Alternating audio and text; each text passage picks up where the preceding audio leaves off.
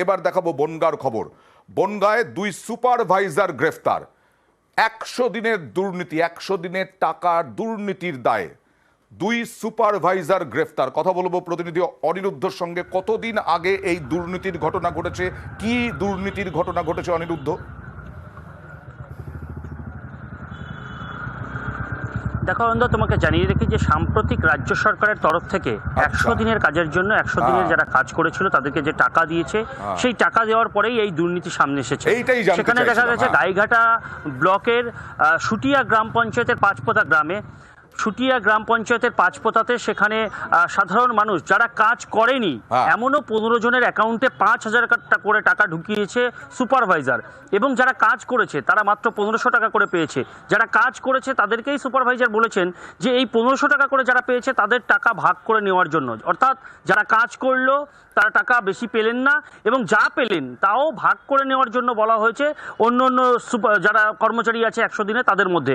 এবং যারা 5,000 টাকা করে পেয়েছিলেন তেমন 15 জনের কাছ থেকে সুপারভাইজার নিজে টাকা চেয়েছেন, তেমনই কিন্তু আমাদেরকে ক্যামেরার সামনে জানিয়েছেন। যা নিয়ে রীতিমতন তোলপাড় হয়েছে ওই এলাকা। পরবর্তীতে আজ গাইঘাটা বিডিওর কাছে এসে অভিযোগ জানিয়েছেন তারা। ইতিমধ্যেই গাইঘাটার বিডিও এই বিষয়ে একটি লিখিত অভিযোগ জানিয়েছিল গাইঘাটা থানায়। সেই লিখিত অভিযোগের ভিত্তিতে মিতালি মণ্ডল এবং প্রসেনজিৎ ঘোষ নামে 2 জন সুপারভাইজারকে গ্রেপ্তার করেছে গাইঘাটা থানার পুলিশ। তাদেরকে আজকে বনগাঁ মহকুমা আদালতেও পাঠিয়েছে পুলিশ। ইতিমধ্যে দেখানো হয়েছে, বিক্ষোভও হয়েছে, এবং ভাবতে পারছেন রাজ্য সরকার নিজে উদ্যোগ নিয়ে, তারা উদ্যোগ নিয়ে 100 দিনের টাকা দিচ্ছে লক্ষ লক্ষ টাকা, লক্ষ লক্ষ শ্রমিককে, আর তার থেকেও এই ধরনের লোকগুলো তারা দুর্নীতি করছে। কি বলছেন তারা, দেখুন। আমরা প্রতি বছরই মাটি কাটা প্রতি বছরই কাজ করি টলি সুপারভাইজার কাছে। কোনো সপ্তাহে 130 টাকা জনের দাম দেয়, কোনো সপ্তাহে 100 টাকা জনের দাম দেয়। আমরা প্রতি বছরই ঝামেলা করি। আমরা কেউ পেয়েছি 1500, কেউ পেয়েছি 4000, আমাদের সঠিক টাকা দেয়নি। আমি এবার কাজ করি নাই, আমি প্রত্যেক বছরই করি। এবার আমার অসুস্থ, আমি আর কাজ করিনি। তারপর আমার 5,000 টাকাতে 100-200 কম আছে।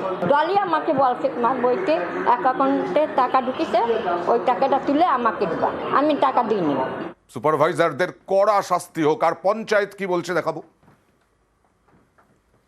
আমাদের অভিযোগ, যারা সত্যিকারে গরিব মানুষ 100 দিনের টাকা 100 দিনের কাজ করেছে তারা টাকাটা পাক।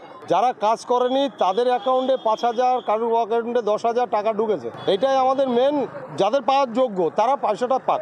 ওই জাল তো অবশ্যই টাকা না গেলে তুলবে কি করে।